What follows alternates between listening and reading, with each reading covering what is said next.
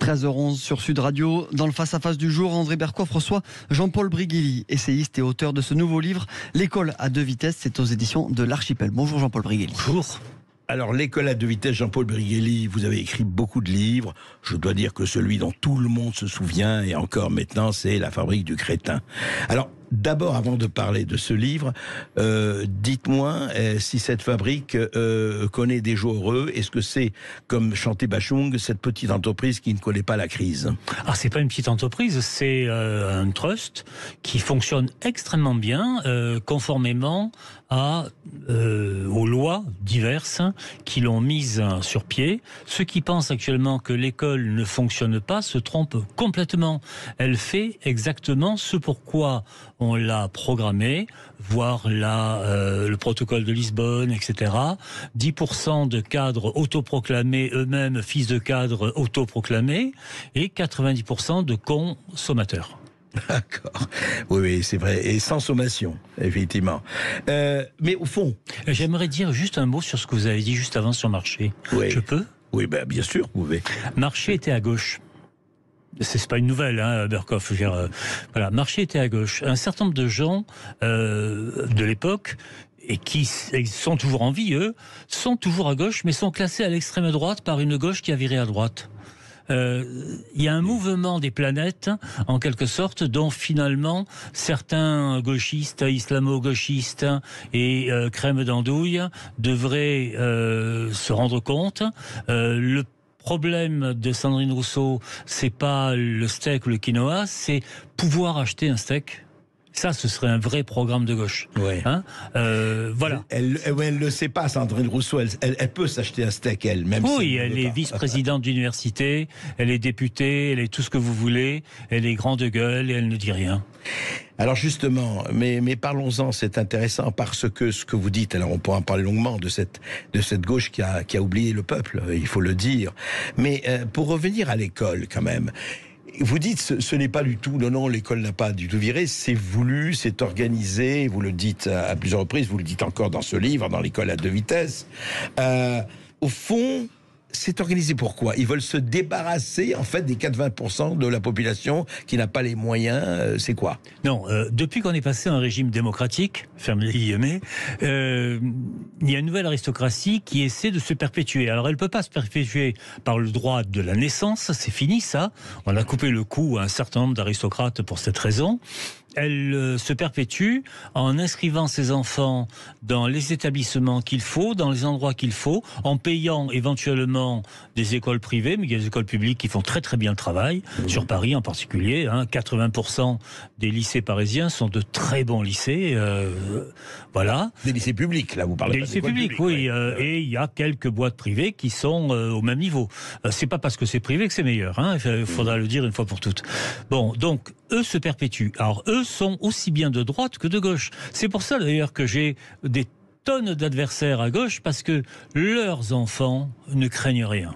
Leurs enfants, ils les ont inscrits dans les boîtes qu'il fallait. Voilà. Et après, ils me disent, mais ce qu'il faut, c'est plus de moyens pour les pauvres. C'est pas plus de moyens pour les pauvres. Je l'explique pendant tout ce livre. C'est des écoles différentes qui sauraient susciter chez les pauvres ceux qui ont un intellect riche. On va en parler tout de suite après cette petite pause. Jean-Paul Briguely, l'école à deux vitesses, dans une France à plusieurs vitesses. Oui, restez bien avec nous sur Sud Radio. On continue de parler de cette école à deux vitesses avec vous au 0826 300 300. Appelez-nous, on vous attend au standard. Toujours dans ce face-à-face, dans Berkoff, dans tous ses états, avec aujourd'hui Jean-Paul Briguely, auteur de ce nouveau livre, L'école à deux vitesses, c'est aux éditions de l'Archipel. Alors justement, Jean-Paul Briguely, vous qui avez été, qui connaissez le sérail pour en avoir fait tous les détours, le sérail de l'éducation nationale, bien sûr. Comment, alors, on va parler un peu mécanique. Comment les riches ou les aisés, qu'ils soient de droite ou de gauche, parce que ça se recrute partout maintenant, tout ça. Appelons ça la caste. Ah voilà, si vous voulez la caste, absolument, le milieu, si on veut. Comment ça se détourne? Comment ça se fait que leurs enfants, garçons, filles, etc., se retrouvent toujours dans les bons endroits? C'est la carte scolaire. Comment ça se goupille? Alors, il y a une partie de carte scolaire. Actuellement, en France, par exemple, quand vous êtes né et que vous habitez dans le ghetto, vous allez à l'école du ghetto. Alors, je vais vous étonner, à l'école du ghetto, il n'y a pas de riches. l'école du ghetto est ethniquement pure. Vous voyez, elle a très peu, finalement, de Français de souche ou de Céfran, comme disent les autres. Enfin, c'est la même chose. Ah bon, comment ça se fait, vous dites Parce que le regroupement des gens par communauté, cette France totalement éclatée façon puzzle que nous avons actuellement, fait que vous allez dans tel ou tel type d'établissement. Vous voyez, j'ai travaillé à Montpellier à un certain moment. Par erreur, ils avaient mis dans le même établissement des gosses d'origine maghrébine et des gosses d'origine gitane. Ça n'avait pas marché. Il a suffi de déplacer légèrement la carte scolaire pour que chacun reste chez soi. Et tout ça, ça fait pas d'excellent français. Vous voyez, bien sûr. Voilà. Et pendant ce temps, les autres qui habitent le 5e arrondissement, valeur du mètre carré entre 13 et 15 000 euros, vont à Henri IV, Louis le Grand, et s'ils tiennent absolument à se donner un air plus libertaire, ils vont aller à Stanislas. À la rigueur, à l'école alsacienne. Prenez, je prends un type au hasard, Gabriel Attal. Il se retrouve, il sort d'une très très bonne famille, il a fait un puissant héritage, il se retrouve à l'école alsacienne, c'est pas un élève extraordinaire, mais au sortir de l'école alsacienne, il est pris quand même d'autorité, c'est en concours, à Sciences Po Paris. Voilà, il a été reconnu pour l'un des leurs, et d'ailleurs, il est l'un des leurs. Alors il faut bien comprendre une chose, alors je le dis à tous les auditeurs là, ce n'est pas parce que vos enfants n'ont pas tété l'école alsacienne ou le Grand avec le lait de leur mère qu'ils sont idiots. Voilà, ce n'est pas parce qu'ils ne sont pas riches qu'ils ne peuvent pas être de très bons élèves, et même mieux que les bons élèves. J'ai dans le livre un chapitre sur le bon élève est un crétin comme les autres, parce que en fait le bon élève est effroyablement formaté. Ça fait plusieurs années que je suis les rapports du jury de l'ENA qui, depuis plusieurs années, disent nous avons des candidats d'une pauvreté culturelle effroyable, manque d'imagination, conformisme total. Eh bien, ce sont eux que l'on retrouve au pouvoir. Regardez la promotion Léopold Sédar Senghor, Macron, etc.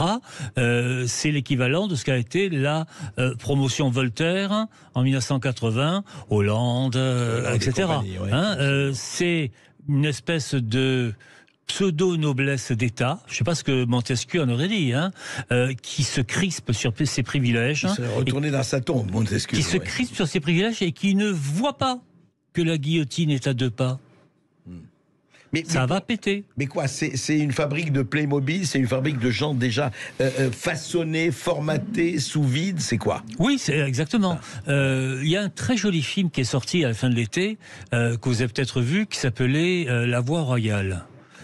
Qui est l'histoire d'une jeune fille appartenant à la petite agriculture, qui est bonne en maths. Son prof de maths arrive à convaincre ses parents de l'inscrire dans une prépa prestigieuse à Lyon. Et elle va... Allez, divulgation à la fin, elle entrera à Polytechnique avec l'idée, explique-t-elle, de casser les codes, c'est-à-dire de ne pas ronronner. Elle n'entre pas à Polytechnique pour devenir conseiller financier chez Stanley Morgan et compagnie. Elle y va pour essayer de changer les choses. De toute façon, on change les choses en entrant dans les grandes écoles avec des idées subversives, pas en crachant dans les réservoirs d'eau de la côte atlantique.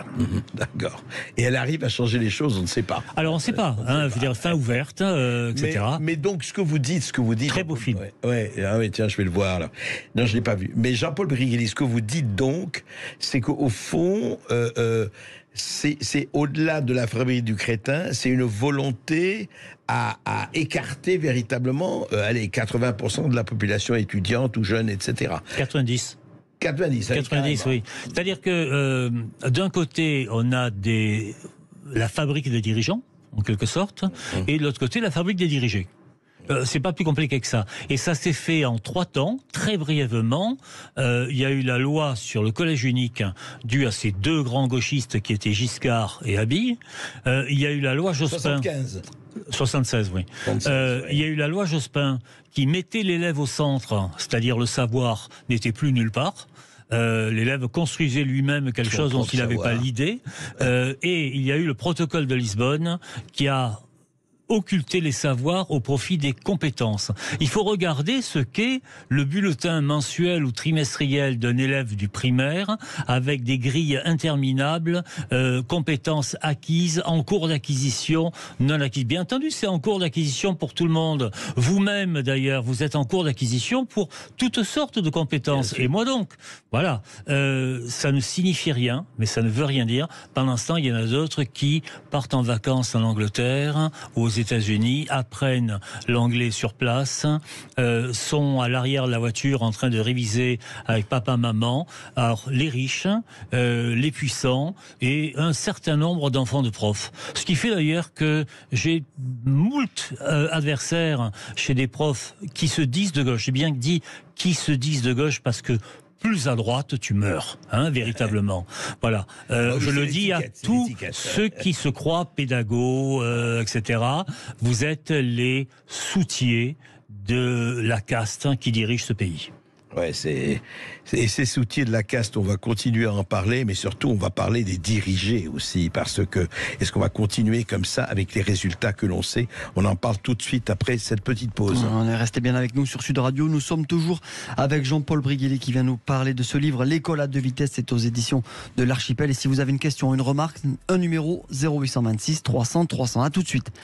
Alors, Jean-Paul Briguelli, on était en train de parler de la mécanique, de la manière dont les enfants, des privilégiés, disons pas seulement des riches, hein, des privilégiés, parce qu'on est privilégiés par plusieurs entrées, hein, pas seulement celle de l'argent, arrivent à faire que leurs fils et filles, leurs chères têtes blondes ou brunes, soient bien sauvegardés du tsunami.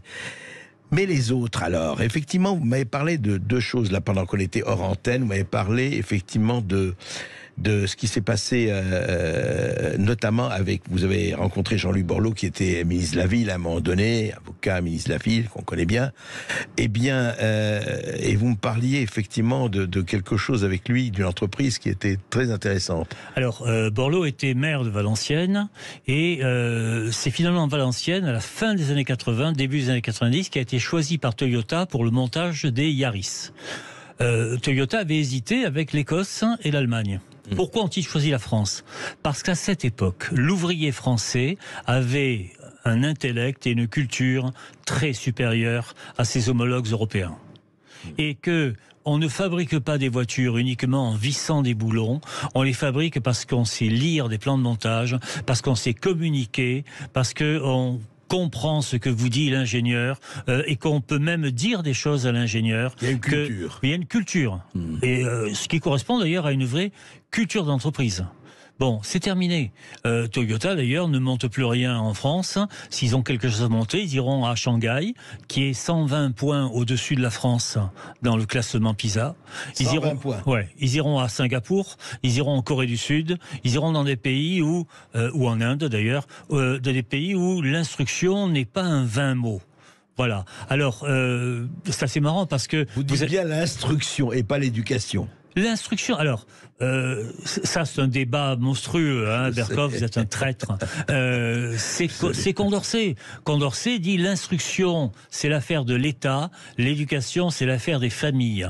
En 1932, juste avant le cartel des gauches, on décide de faire un ministère qui jusque-là était de l'instruction publique, de l'éducation nationale. Ça en dit long sur le repli qui s'opère et sur le fait que les familles commencent à ne plus éduquer. Quant à ce qui se passe actuellement, les familles n'éduquent plus du tout. Je ne vais pas aller chercher dans l'actualité vraiment immédiate, mais les deux petits salopards qui ont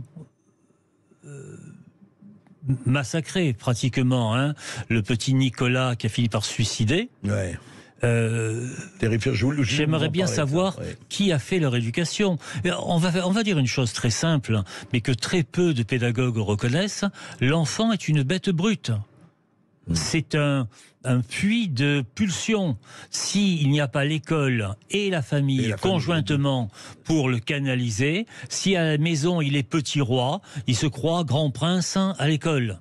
Voilà, on est en train de crever de ça. Il y a des collègues qui se retrouvent avec des classes de 30 ou 35 petits princes qui hurlent plus fort les uns que les autres, qui, au nom de la loge Jospin, disent « Ouais, mais c'est votre avis, mais c'est pas le mien, et la terre, elle est plate ».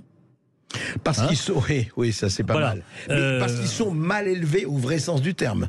Parce qu'ils sont mal élevés. Je vous rappelle quand même que l'instituteur, alors on dit plus instituteur, on dit professeur des écoles. Ouais. L'instituteur, ça vient d'une racine latine, stare, qui veut dire faire tenir droit. C'est de là que vient tuteur. C'est de là que vient justement l'idée d'élever.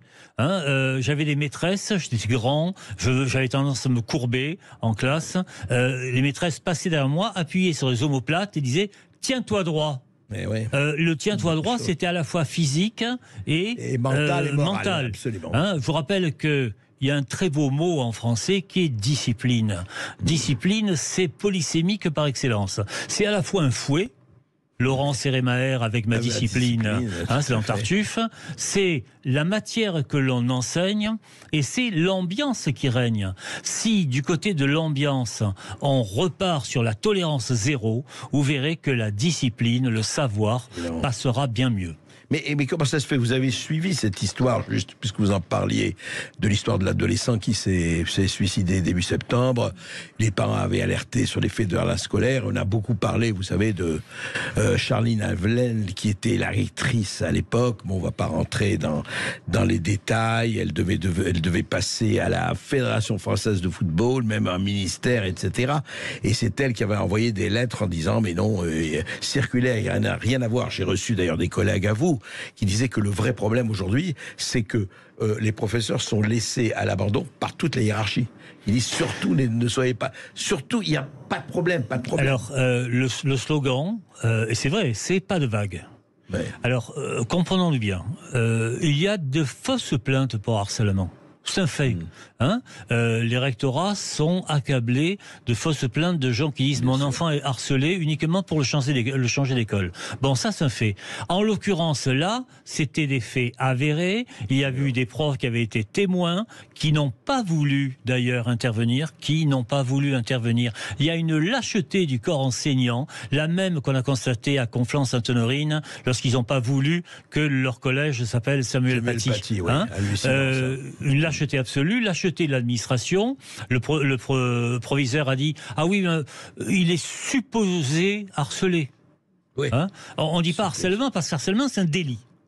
C'est un délit, c'est puni officiellement depuis 2020 de 10 ans de prison. Donc on n'emploie pas le mot. On n'emploie pas le mot. Comme ça, on élimine la cause. Et puis finalement, il y a un sous-fifre quelconque au rectorat. Moi, je ne mets pas en cause la directrice parce que ça n'arrive pas à son niveau, de toute façon, qui a fait semblant de défendre les personnels. C'est leur boulot. Mais qui, en défendant les personnels, en l'occurrence le proviseur, a cogné très très dur en essayant d'influencer la famille en leur disant vous risquez une peine de 45 000 euros, etc. Mais pour qui se prennent ces gens-là? Voyez? Et à l'arrivée, on va me dire oui, mais c'est pas attesté. Oui, quand même, il est mort et ça c'est attesté. Voilà. Alors il y aura, comme c'est un suicide, il y aura une enquête de police s'il se trouve assez d'effectifs de police pour faire une enquête. Parce qu'il faut bien imaginer, il y a 700, l'estimation moyenne des harcèlements en France, c'est 700 000 cas. Vous voulez dire harcèlement scolaire? Harcèlement scolaire. 700 000 cas. 700 000 cas par an. Voilà. Il n'y a pas 700 000 flics qui peuvent s'intéresser à ces histoires. Mettons qu'il y en a un certain nombre qui soient inventés, qui soient exagérés, etc. Ça laisse quand même aux petites brutes pas mal de champs pour maltraiter ceux qui sont physiquement moins forts. Oui, c'est assez hallucinant. Ça, et je renvoie éventuellement l'auditeur à l'article qui vient de paraître ce matin sur causeur.fr, dans lequel j'analyse ça en détail. Très bien, écoutez, et je renvoie aussi au livre de Jean-Paul Briguelli, mais je crois que nous avons des auditeurs. Oui, nous avons Chantal qui nous appelle de Prades, dans les Pyrénées-Orientales. Bonjour Chantal. Bonjour Chantal. Oui, bonjour et merci de faire cette émission, parce qu'il était grand temps. Mon petit-fils, lui, il a subi ça depuis la 6e, et il a 15 ans maintenant, il n'a rien dit, parce que c'est quelqu'un qui garde tout en lui. Et il a subi quelque chose d'absolument monstrueux. Par contre, ces notes ne sont pas tombées, donc personne s'en est aperçu. Et puis un jour, il a dit, parce que vraiment, il a craqué. Donc par contre, ce qu'il a fait, parce que lui, il est dans le privé, et là, je vous assure que c'est pire, en ce sens que là, c'est l'argent qui règne, c'est le milieu social qui règne, le harceleur, le harceleur, lui, n'a pas rien eu. Lui, mon petit-fils a dû changer de classe, d'amitié, mais il est toujours dans l'établissement parce que c'est un très haut de gamme et qu'il a des ambitions qui sont haut de gamme, parce qu'il en a des possibilités, lui, il en a des possibilités. Eh bien, je puis vous assurer que pour l'instant, c'est passé sous le tapis. Et quand on est à l'extérieur de cette école, on voit également ce que je voulais dire, c'était la classe sociale par les voitures qui se gardent n'importe où. Vous avez une petite voiture, vous n'êtes rien, mais par contre, les grosses voitures qui représentent, moi je dis à ces dames, parce que ce sont souvent des dames, qui ne sont que juste le faire-valoir de leur mari qui gagne beaucoup d'argent, elles-mêmes n'en ont pas. Et souvent, elles se garent en plein milieu de la route et ne vous laissent pas passer. Oui, c'est le système des castes, c'est ce que vous voulez dire. Exactement, nous sommes en Inde. Peut-être pas tout à fait, il y a encore quelques... Ça y ressemble énormément, je voilà. peux vous assurer, M. Bercoff. C'est possible. Enfin, j'espère qu'il n'y a pas trop d'intouchables quand même. Jean-Paul Brigelli, pour revenir à cela, au fond, on est encore clergé, noblesse, tiers état, même si ça ne s'appelle plus du tout comme ça. Bien sûr, vous l'avez dit, ce n'est plus une question de naissance, mais économiquement et autres, et socialement, ça marche bien, quoi. Alors, on est clergé un peu disparu quand même, sauf si jamais il revient par l'Orient. Oui. Mais on est noblesse et tiers état. Et tiers état, j'explique dans mon livre que il y avait autrefois ce tampon qui était les classes moyennes, mais il ne faut plus compter sur les classes moyennes, elles sont en voie de paupérisation extrêmement rapide. Y compris d'ailleurs les enseignants. Les enseignants qui se veulent de gauche ont, grâce à la gauche, la possibilité de gagner 30% d'argent de moins qu'à 30 ans. Bon, après ça, je salue Chantal, qui est de Prades, et moi, par ma mère, je suis de Vinça. Elle saura. Voilà. Très bien. Enfin, une rencontre entre pays. Voilà. Et ce qu'il faut voir véritablement, alors, il y avait un point très intéressant dans son discours, c'était dans les boîtes privées, comme dans les boîtes publiques, la différence qui se fait sur les voitures, les fringues, etc. Il y a dans mon livre tout un chapitre sur la possibilité de l'uniforme, sur l'analyse de l'uniforme. Vous êtes pour, vous ? Oui, finalement, oui. Aujourd'hui, oui. Alors, qu'on soit bien d'accord, ce n'est pas une tradition française, contrairement à ce que dit le Z. Mais ce n'est pas du tout une tradition française. On avait des blues, Bercoff, c'est tout. Parce qu'on travaille avec de l'encre. Voilà. Mais je suis tout à fait pour. Je suis parti en voyage d'études au Japon pour voir comment ça se passait. Les écoliers japonais, jusqu'au lycée compris, ne semblent pas malheureux, très franchement. Ils ont des uniformes extrêmement stricts. Quand je dis extrêmement stricts. Il n'y a pas de pantalon pour les filles, par exemple. Elles sont en jupe, chemisier, cravate, lavalière, veste. Les mêmes, tous les mêmes. Alors, chaque établissement a son uniforme. Voilà. De la même manière, si vous êtes allé aux Antilles, les Antillais sont en uniforme au collège. Et ça n'a pas l'air de les gêner particulièrement. Ils n'en ont pas honte, ni quoi que ce soit. L'un des effets de l'uniforme, c'est d'occulter les différences dans les fringues. Et moi, j'ai une veste de marque, et moi, j'ai ceci, j'ai cela, etc. Le statut social. Ça empêche également le racket. Parce qu'on ne va pas barboter la veste qu'on a de toute façon soi-même. Et je propose dans mon livre qu'on en fasse une production nationale, parce que 12 à 13 millions d'uniformes à fabriquer chaque année, ça permettrait de relancer sérieusement une industrie textile qu'on a bazardée dans les années 80. Mourante, absolument. On va continuer à en parler avec cette petite pause, la dernière de l'émission, mais je crois qu'on a aussi pas mal d'auditeurs. Oui, nous aurons Guy de Paris après cette courte pause et on continue de parler de l'école à 2 vitesses avec Jean-Paul Brigelli qui est notre invité de ce face-à-face. À tout de suite sur Sud Radio. Aux auditeurs, ils nous appellent et ils sont très nombreux à nous appeler pour Jean-Paul Brigelli, comme d'habitude. Simplement, soyez brefs dans vos interventions, s'il vous plaît, parce qu'on en a beaucoup et voilà, on aimerait que la plupart puissent intervenir. Esteban, oui, nous avons Guy qui nous appelle de Paris au 0826 300 300. Bonjour Guy. Bonjour Guy. Bonjour messieurs, merci pour cette belle émission. Donc j'ai 73 ans, en 98 j'étais déjà mon propre patron, chef d'entreprise, mais j'étais aussi président d'une association de parents d'élèves représentant l'une des 2 plus grosses associations de parents d'élèves de France. D'accord. Donc on couvrait à la fois le primaire et le secondaire. Donc j'avais donc deux occupations, mon entreprise et cette présidence. Et chaque fois nous nous sommes heurtés à l'incompréhension, l'inertie de l'éducation nationale. Je prends un cas, un professeur était menacé par un grand frère parce que le petit frère avait été puni par le professeur. L'éducation nationale ne protégeait pas le professeur, la maîtresse ou le maître. Nous intervenions.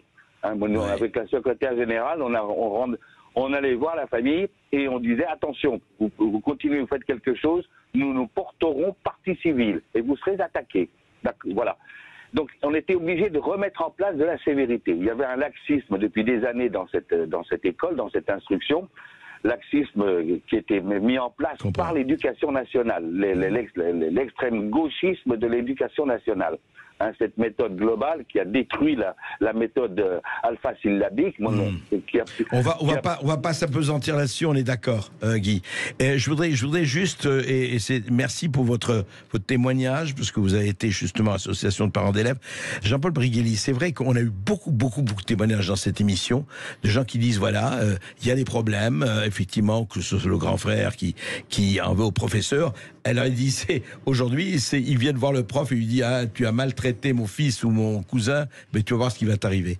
C'est quoi ça? C'est Corleone? Il y a un dessin de presse que je trouve très drôle qui circule depuis quelque temps, où vous avez la même image. La première en 1960, les parents qui houspillent l'enfant en disant « Qu'est-ce que c'est que ces notes ?» Et la deuxième, 2023, les parents qui houspillent le maître en « Qu'est-ce que c'est que ces notes ?»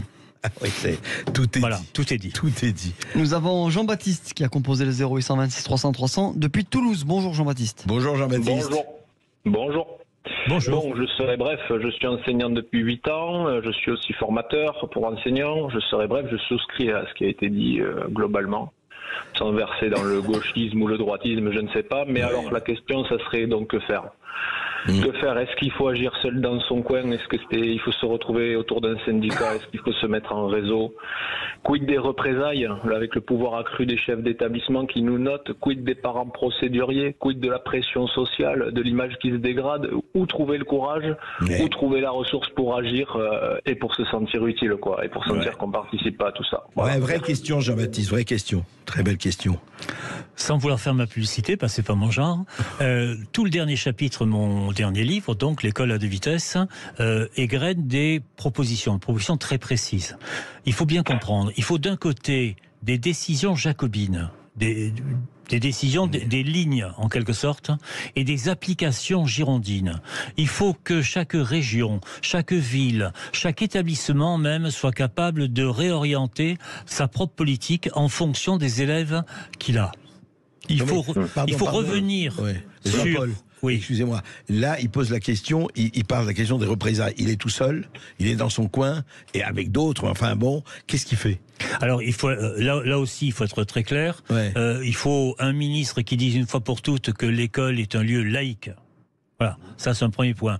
Gabriel Attal a fait un très joli coup avec son histoire d'Abaya à la rentrée. Ça lui permettait de se démarquer de Pape Ndiaye qui avait toujours été un peu mou du genou sur la question. Ça lui permettait de s'imposer. Ça lui permettait de passer pour un vrai laïc.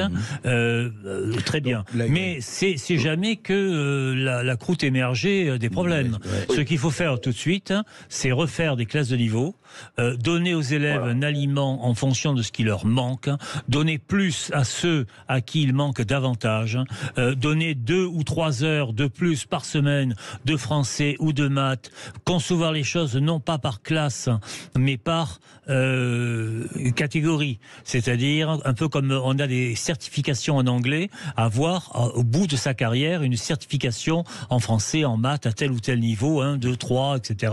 Et après, on entrera dans le supérieur en fonction de ça. Tout le monde a bien compris que le bac ne sert absolument à rien. Et on il est mort, le bac. Il est mort. On ne restaurera pas, je le dis à ceux qui en auraient l'illusion, le bac des années 70, parce que comment allez-vous expliquer aux parents que dorénavant, 35% des élèves échoueront?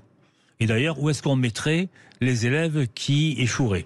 Voilà, il faut leur donner des certificats de fin d'études par matière, il faut les faire travailler par matière en inversant le rapport du nombre d'élèves et des difficultés. plus une classe est de bon niveau, plus vous pouvez la bourrer d'élèves. Hein, j'ai fini prof de prépa, on avait jusqu'à 50 élèves, ça ne posait aucun problème, à part les corrections de copie. Mais des élèves en difficulté, au-delà de 12, c'est ingérable. Voilà. Et non, ça ne peut pas passer par les syndicats, parce que les syndicats, pour les raisons que l'on devine, ont un raisonnement purement quantitatif, des sous, des moyens, etc.